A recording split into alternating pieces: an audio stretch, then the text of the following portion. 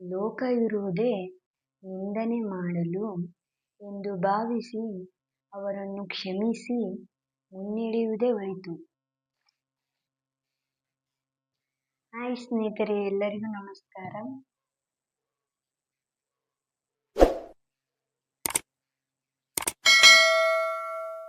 Udayavani paper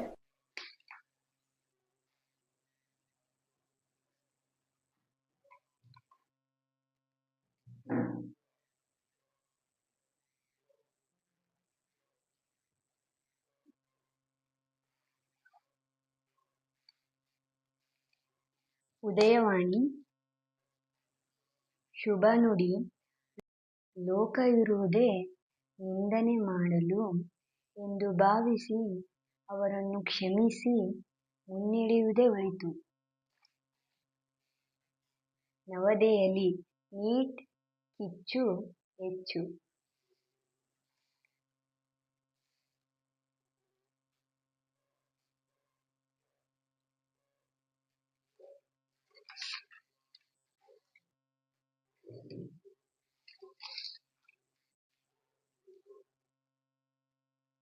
Bengaluru ಠಾಣೆಗಳ ಮುಂದಿನ ಅನಾಥ ವಾಹನಗಳಿಲ್ಲ ಮುಕ್ತಿ.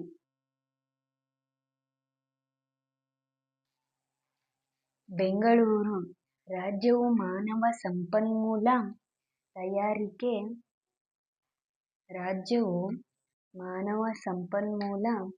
ತಯಾರಿ ಕೇಂದ್ರ ಡಿಕೆಶಿ.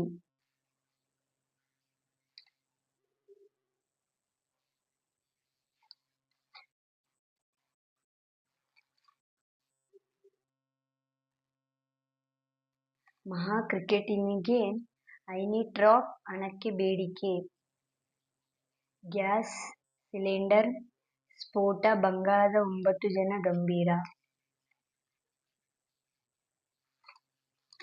ಬೆಂಗಳೂರು ರಾಜ್ಯಕ್ಕೆ ಬರದ ಏಟು, 29 ಜಿಲ್ಲೆಗಳಲ್ಲಿ ಮಳೆ ಕೊರತೆ. ಬೆಂಗಳೂರು ಹಳ್ಳಿಗಳ ಸರ್ಕಾರಗಳಿಗೆ CSR ನಿಧಿ ಬಳಕೆಗೆ ಡಿಕೆಶಿ ಶಿವಕುಮಾರ್.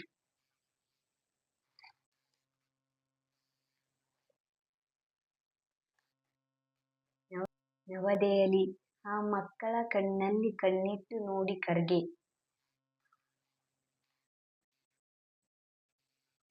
ಧರಣಿ ನಿರತ ವಿದ್ಯಾರ್ಥಿಗಳ ಮೇಲೆ ಭದ್ರತಾ ಪಡೆ ಪೆಲೆಟ್ ಗನ್ ಬಳಕೆ. ನಾಸಾ ಚಂದ್ರ ಯೋಜನೆ ಆಂಧ್ರಪ್ರದೇಶ ಬಡಗಿಯ 14ರ ಪುತ್ರಿಯು ಆಯ್ಕೆ.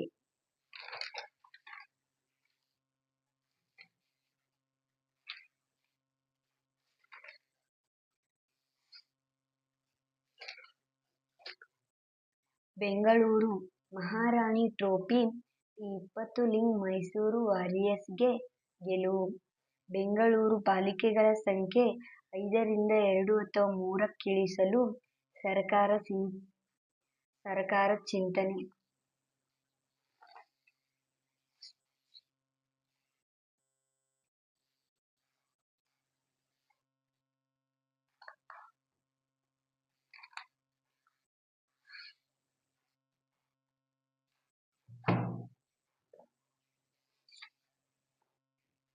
ದೈನಂದಿನ ಜೀವನ ವ್ಯವಹಾರಗಳಲ್ಲಿ ಮಾನವ ಅಧ್ಯಯನದ ಸುತ್ತ ಈ ವಿಷಯವು ಸುತ್ತುತ್ತದೆ. ಅರ್ಥಶಾಸ್ತ್ರ. ನೀವು ಲಾಭಕ್ಕಾಗಿ ಸರಕುಗಳನ್ನು ಮಾರಾಟ ಮಾಡಿದಾಗ ನಿಮ್ಮನ್ನು ಮಾರಾಟಗಾರ ಎಂದು ಕರೆಯುವರು.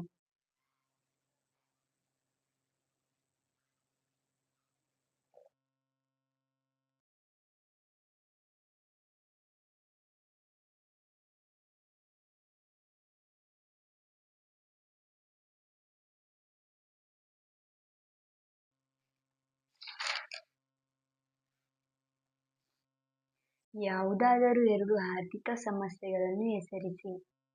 ನಿರುದ್ಯೋಗ, ಬಡತನ. ಸಂಖ್ಯಾಶಾಸ್ತ್ರದ ವಿಧಾನಗಳು ಸಾಮಾನ್ಯ ಜ್ಞಾನಕ್ಕೆ ಪರ್ಯಾಯವಲ್ಲ. ಆದರೆ ಸಂಖ್ಯಾಶಾಸ್ತ್ರವನ್ನು ಸಾಮಾನ್ಯ ಜ್ಞಾನಕ್ಕೆ ಬದಲಿಯಾಗಿ ಬಳಸಲು ಬರುವುದಿಲ್ಲ. ಸಂಖ್ಯಾಶಾಸ್ತ್ರವು ವಾಸ್ತವಿಕ ಅಂಕಿ ಸಂಖ್ಯಾ ಮಾಹಿತಿಯನ್ನು ಆಧರಿಸಿದ್ದರೆ, ಸಾಮಾನ್ಯ ಜ್ಞಾನವು ವಾಸ್ತವಿಕ ಪರಿಸ್ಥಿತಿಯನ್ನು ಆಧರಿಸಿರುತ್ತದೆ. ಬಹುತೇಕ ಸಂದರ್ಭಗಳಲ್ಲಿ ಸಂಖ್ಯಾಶಾಸ್ತ್ರದಲ್ಲಿ ಸರಾಸರಿ ಅಂಕಿ ಸಂಖ್ಯೆಗಳನ್ನು ಬಳಸಲಾಗುತ್ತದೆ, ಆದರೆ ಸಾಮಾನ್ಯ ಜ್ಞಾನಕ್ಕೆ ಸಂಬಂಧಿಸಿದಂತೆ ಈ ಸರಾಸರಿಗಳನ್ನು ಬಳಸುವುದು ಹೆಚ್ಚಿನ ಸಂದರ್ಭಗಳಲ್ಲಿ ಸೂಕ್ತವೆನಿಸುವುದಿಲ್ಲ.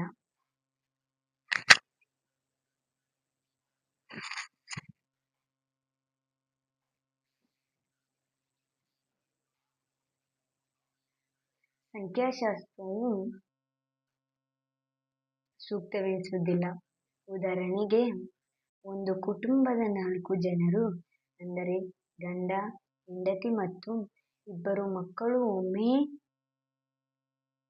ಒಮ್ಮೆ ನದಿ ದಾಟುತ್ತಿದ್ದರು. ತಂದೆಗೆ ನದಿಯ ಸರಾಸರಿ ಆಳ ತಿಳಿದಿತ್ತು. ಹೀಗಾಗಿ ಅವನು ತನ್ನ ಕುಟುಂಬ ಸದಸ್ಯರ ಸರಾಸರಿ ಎತ್ತರವನ್ನು ಲೆಕ್ಕ ಹಾಕುತ್ತಾನೆ.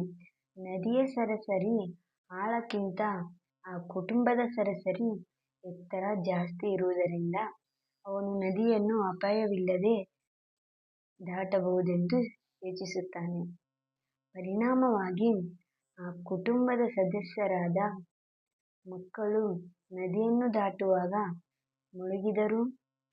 ಇದರಿಂದ ಸಂಖ್ಯಾಶಾಸ್ತ್ರದ ವಿಧಾನಗಳು ಸಾಮಾನ್ಯ ಜ್ಞಾನಕ್ಕೆ ಪರ್ಯಾಯವಲ್ಲವೆಂಬುದು ತಿಳಿಯುತ್ತದೆ.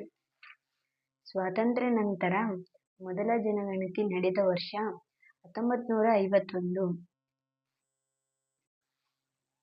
ಚಲಕ ಎಂದರೆ ಕಾಲದಿಂದ ಕಾಲಕ್ಕೆ ಬದಲಾಗುವ ಮೌಲ್ಯಗಳನ್ನು ಚಲಕ ಎನ್ನುತ್ತಾರೆ.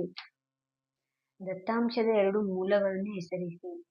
ಪ್ರಾಥಮಿಕ ದತ್ತಾಂಶ, ಮಾಧ್ಯಮಿಕ ದತ್ತಾಂಶ.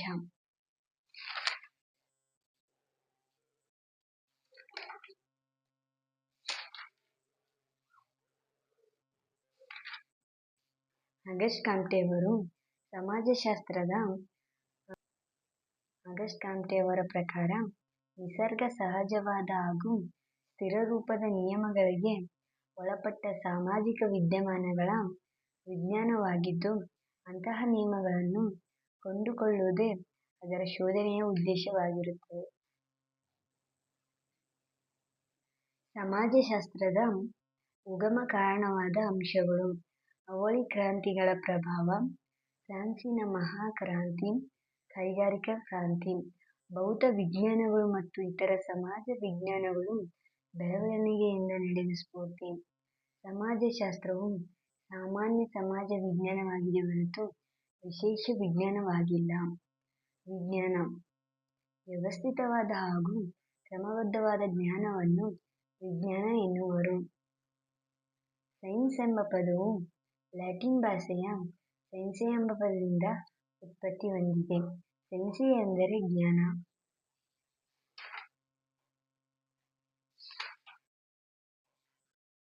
ಸಮಾಜಶಾಸ್ತ್ರದ ಪ್ರಾಮುಖ್ಯತೆ. ವ್ಯಕ್ತಿತ್ವ ವಿಕಾಸ, ಮನೋಭಾವಗಳ ಬದಲಾವಣೆ, ಸಾಮಾಜಿಕ ಸಮಸ್ಯೆಗಳಿಗೆ ಪರಿಹಾರ, ಸಾಮಾಜಿಕ ಯೋಜನೆ ಮತ್ತು ಸಾಮಾಜಿಕ ನೀತಿ ನಿರೂಪಣೆ, ಹಿಂದುಳಿದ ಹಾಗೂ ದುರ್ಬಲ ವರ್ಗಗಳ ಏಳಿಗೆ. ಬೋಧನೆ ವಿಷಯವಾಗಿ ಸಮಾಜಶಾಸ್ತ್ರ. ದೇಶದ ಆರ್ಥಿಕ ಅಭಿವೃದ್ಧಿಯಲ್ಲಿ ಸಮಾಜಶಾಸ್ತ್ರದ ಪಾತ್ರ. ಆಧುನಿಕ ಸನ್ನಿವೇಶಗಳು ಹಾಗೂ ಬೆಳವಣಿಗೆ ಬಗ್ಗೆ ಜ್ಞಾನ. ಆಗಸ್ಟ್ ಕಾಮ್ಟೆಯವರು ಜನವರಿ 19, 1798ರಲ್ಲಿ ಫ್ರಾನ್ಸ್ನಲ್ಲಿ ಜನ್ಮ ತಾಳಿದರು.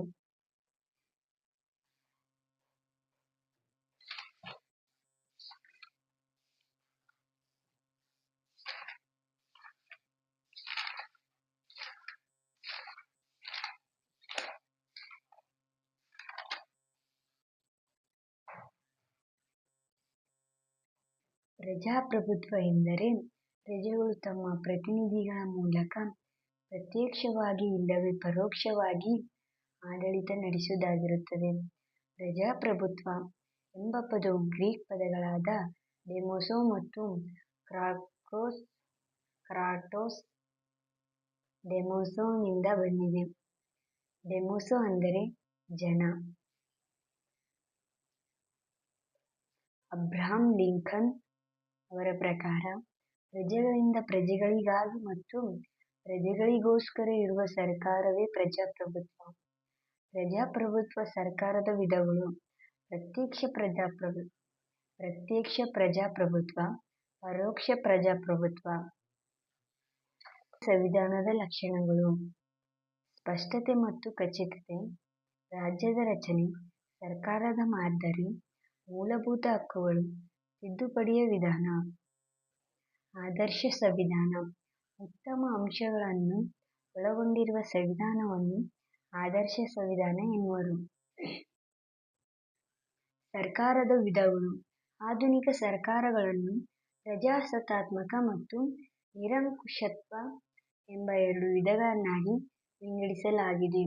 ಪ್ರಜಾಪ್ರಭುತ್ವ ಎಂದರೆ ಪ್ರಜೆಗಳು ತಮ್ಮ ಪ್ರತಿನಿಧಿಗಳ ಮೂಲಕ ಪ್ರತ್ಯಕ್ಷವಾಗಿ ಇಲ್ಲವೇ ಪರೋಕ್ಷವಾಗಿ ಆಡಳಿತ ನಡೆಸುವುದಾಗಿರುತ್ತದೆ.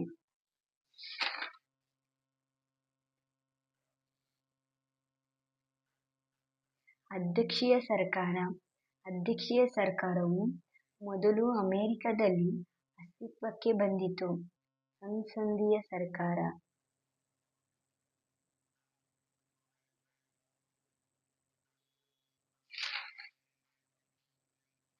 ಸಂಯುಕ್ತ ಸರ್ಕಾರ: ಒಂದು ರಾಷ್ಟ್ರದ ಎಲ್ಲಾ ಅಧಿಕಾರಗಳನ್ನು ಸಂವಿಧಾನದ ಮೂಲಕ ಒಂದು ಕೇಂದ್ರ ಸರ್ಕಾರ ಮತ್ತು ಹಲವು ಪ್ರಾಂತ್ಯ ಸರ್ಕಾರಗಳ ನಡುವೆ ದ್ವಿ-ಸರ್ಕಾರಿ ವ್ಯವಸ್ಥೆಯ ಮೂಲಕ ಆಡಳಿತ ನಡೆಸುವ ಪದ್ಧತಿಯನ್ನು ಸಂಯುಕ್ತ ಸರ್ಕಾರಿ ಪದ್ಧತಿ ಎನ್ನುತ್ತೇವೆ. ಸಂಯುಕ್ತ ಸರ್ಕಾರದ ಲಕ್ಷಣಗಳು: ಅಧಿಕಾರ ವಿಭಜನೆ, ದ್ವಿ-ಸರ್ಕಾರಿ ವ್ಯವಸ್ಥೆ, ಲಿಖಿತ ಮತ್ತು ಅನಮ್ಯ ಸಂವಿಧಾನ, ಸಂವಿಧಾನದ ಶ್ರೇಷ್ಠತೆ, ದ್ವಿಸದನ ಶಾಸಕಾಂಗ ಪದ್ಧತಿ, ವಿಶೇಷ ಮತ್ತು ಸ್ವತಂತ್ರ ನ್ಯಾಯಾಂಗ.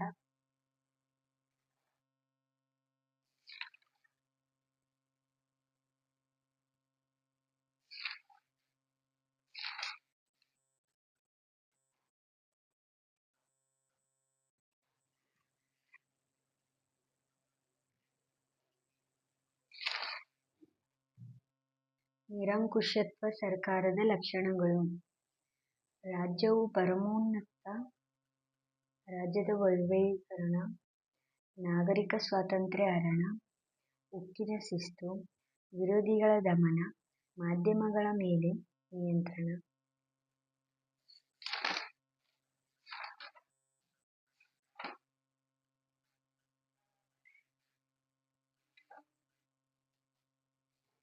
ಹಕ್ಕು ಮತ್ತು ಕರ್ತವ್ಯಗಳ ಬಗ್ಗೆ ಅರಿವು: ಒಂದು ರಾಜ್ಯದ ಯಶಸ್ಸು ಅದು ತನ್ನ ಪ್ರಜೆಗಳಿಗೆ ನೀಡಿರುವ ಹಕ್ಕು ಮತ್ತು ಕರ್ತವ್ಯಗಳ ಆಧಾರದ ಮೇಲೆ ನಿರ್ಧರಿಸಲ್ಪಟ್ಟಿರುತ್ತದೆ. ಪ್ರಜೆಗಳ ವ್ಯಕ್ತಿತ್ವ ವಿಕಾಸಕ್ಕಾಗಿ ಹಕ್ಕುಗಳು ಅವಶ್ಯಕ ಮತ್ತು ಹಕ್ಕುಗಳು ನಾಗರಿಕ ಸಮಾಜದಲ್ಲಿ ರಾಜ್ಯದಿಂದ ದೊರೆತಿರುವ ಸವಲತ್ತಾಗಿರುತ್ತವೆ.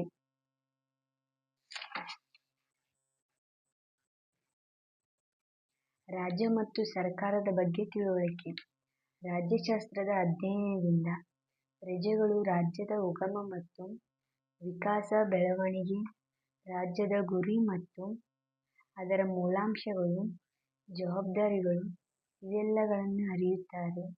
ಅದೇ ರೀತಿ ಸರ್ಕಾರದ ಅಂಗರಚನೆ, ಅದರ ಕಾರ್ಯಗಳು, ಸ್ವರೂಪ, ಆಡಳಿತ ವ್ಯವಸ್ಥೆ, ಅದರ ಸಾಧಕ ಬಾಧಕಗಳನ್ನು ಅರಿಯಲು ಸಾಧ್ಯ.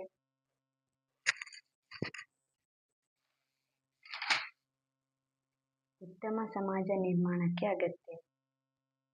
ಅಂತಿಮವಾಗಿ ರಾಜ್ಯಶಾಸ್ತ್ರದ ಅಧ್ಯಯನದಿಂದ ಪ್ರಜೆಗಳು ಹೆಚ್ಚು ಪ್ರಬುದ್ಧವಾಗಿ, ಜಾಗರೂಕರಾಗಿ, ಸಹಕಾರ, ಸಮಾನತೆ, ಪ್ರಜಾಸತ್ತಾತ್ಮಕ ಸಿದ್ಧಾಂತಗಳ ಪರಿಜ್ಞಾನದಿಂದ ಉತ್ತಮ ಸಮಾಜ ನಿರ್ಮಾಣ ಮಾಡಲು ಸಾಧ್ಯ. ರಾಜ್ಯಶಾಸ್ತ್ರದ ಅಧ್ಯಯನವು ಪ್ರಜೆಗಳನ್ನು ಉತ್ತಮ ನಾಗರಿಕರನ್ನಾಗಿ ಮಾಡಿ ಉತ್ತಮ ಭವಿಷ್ಯವನ್ನು ರೂಪಿಸುತ್ತದೆ.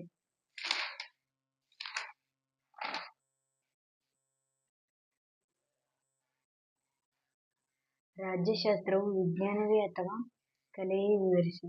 ರಾಜ್ಯಶಾಸ್ತ್ರದ ವಸ್ತು ವಿಷಯಕ್ಕೆ ಸಂಬಂಧಿಸಿದಂತೆ ಎದುರಾಗುವ ಪ್ರಶ್ನೆವೆಂದರೆ, ರಾಜ್ಯಶಾಸ್ತ್ರವು ವಿಜ್ಞಾನವೇ ಅಥವಾ ಕಲೆಯೇ ಎಂಬುದು. ಕೆಲವು ರಾಜಕೀಯ ಚಿಂತಕರಾದ ಅರಿಸ್ಟಾಟಲ್, ಬೌಂಟಿನ್, ಹಾಬ್ಸ್, ಮೆಕಾವಲಿ, ಮಾಂಟೆಸ್ಕ್ಯೂ, ಲೂಯಿಸ್ ಬಟರ್ಸ್ಲಿ ಮತ್ತು ಇನ್ನೂ ಮುಂತಾದವರು ರಾಜ್ಯಶಾಸ್ತ್ರವು ಒಂದು ವಿಜ್ಞಾನ ಎಂದು ಕರೆದಿದ್ದಾರೆ. ಇತರ ರಾಜಕೀಯ ಚಿಂತಕರಾದ ಜೆ. ಎಸ್. ಮಿಲ್, ಬಕ್ಲೆ ಅವರು, ಆಗಸ್ಟ್ ಕಾಮ್ಟೆ ಅವರು ಮುಂತಾದ ರಾಜ್ಯಶಾಸ್ತ್ರವನ್ನು ವಿಜ್ಞಾನ ಎಂದು ಕರೆಯಲು ಹಾಗೂ ವಿಜ್ಞಾನದ ಸ್ಥಾನಮಾನ ನೀಡಲು ನಿರಾಕರಿಸಿದ್ದಾರೆ. ಬಕ್ಲೆಯವರ ಪ್ರಕಾರ, ಅಭಿಪ್ರಾಯದಂತೆ ಪ್ರಸ್ತುತ ಸನ್ನಿವೇಶದಲ್ಲಿ ರಾಜಕೀಯ ಎಂಬ ಪದವನ್ನು ವಿಜ್ಞಾನದಿಂದ ಬಹು ದೂರದಲ್ಲಿದ್ದ ಕಲಾ ವಿಷಯಗಳಲ್ಲಿ ಇದು ಅತ್ಯಂತ ಹಿಂದುಳಿದ ಪರಿಕಲ್ಪನೆಯಾಗಿದೆ.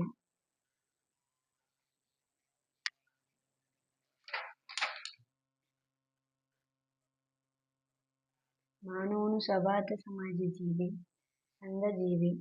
ಸಮಾಜವನ್ನು ಬಿಟ್ಟು ಬದುಕಲಾರ. ಸಮಾಜವನ್ನು ಬಿಟ್ಟು ಬದುಕಲು ಇಚ್ಛಿಸುವವರು ದೇವರಾಗಿರಬೇಕು, ಇಲ್ಲವೇ ಮೃಗವಾಗಿರಬೇಕು. ಮಾನವ ಸಮಾಜ ಜೀವಿಯಾಗಿರುವಂತೆ ರಾಜಕೀಯ ಜೀವಿಯೂ ಆಗಿರುವನು. ಮಾನವ ಸಾಂಘಿಕ ಜೀವನದಲ್ಲಿ ಜಗಳ, ಕಲಹ, ಅಸೂಯೆ, ದ್ವೇಷಗಳು ಸರ್ವೇ ಸಾಮಾನ್ಯ ಸಂಗತಿಗಳು. ವ್ಯಾಪ್ತಿ ಎಂದರೆ ಎಲ್ಲೆ, ಮಿತಿ ಅಥವಾ ಗಡಿ ಎಂದರ್ಥ. ರಾಜ್ಯಶಾಸ್ತ್ರದ ವಸ್ತು ವಿಷಯದ ಬಗ್ಗೆ 3 ವರ್ಗದ ಚಿಂತಕರು 3 ರೀತಿಯಲ್ಲಿ ವರ್ಗೀಕರಣ ಮಾಡಿದ್ದಾರೆ.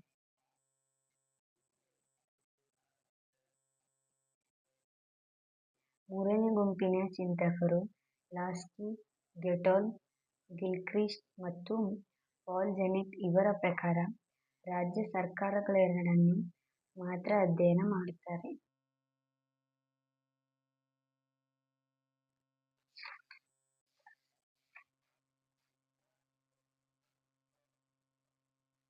ರಾಜ್ಯಶಾಸ್ತ್ರದ ಪಿತಾಮಹ ಅರಿಸ್ಟಾಟಲ್.